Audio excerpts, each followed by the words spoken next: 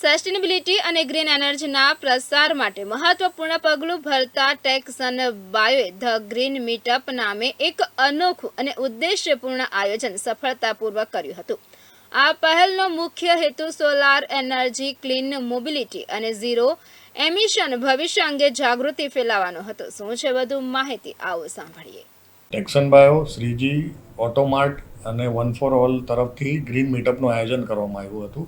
એનો મુખ્ય ઉદ્દેશ્ય એ છે કે આજે વર્લ્ડમાં જે ગ્લોબલ વોર્મિંગ થઈ રહેલી છે એને લીધે ટેમ્પરેચર વધી રહ્યું છે, પ્લસ આપણે આજે અનસિઝનલ રેન એટલે ગમે ત્યારે વરસાદ પડે છે, તો એ બધું ગ્લોબલ વોર્મિંગના લીધે થાય છે. તો આપણે વધુમાં વધુ રિન્યુએબલ પ્રોજેક્ટ્સને પ્રોત્સાહન આપવું જોઈએ. રિન્યુએબલમાં આજે સોલર આટલું આગળ વધી રહેલું છે, તો એને વધારે પ્રોત્સાહન મળે ગુજરાતમાં.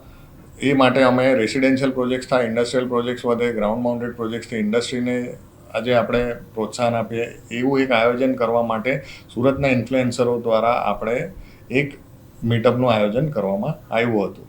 આનો જે મુખ્ય ઉદ્દેશ્ય હતો કે અમે અત્યારે જે ગલ્ફ કન્ટ્રીઝમાં ઈરાન અને જે અમેરિકા વચ્ચે યુદ્ધ થઈ રહ્યું છે, તો આજે પેટ્રોલ અને ડીઝલમાં આપણે બીજા પર ડિપેન્ડન્સી રાખવી પડે છે. તો શ્રીજી ઓટોમાર્ટ દ્વારા ઈવી કાર અમને આપવામાં આવી હતી. તો ઈવી કારમાં ઇલેક્ટ્રિસિટીથી આપણે આગળ જઈ શકે, ઈંધણ તરીકે એનો ઉપયોગ થઈ શકે છે. તો એ અમે લઈ જઈને અહીં સુરતથી વ્યારા મુકામે અહીં અમારા સોલાર પાર્ક આવ્યા છે.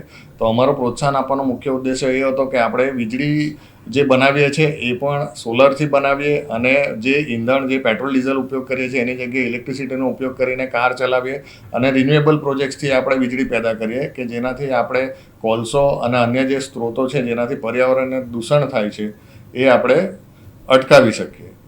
એના માટે અમે આ એક મીટઅપનું આયોજન કર્યું હતું.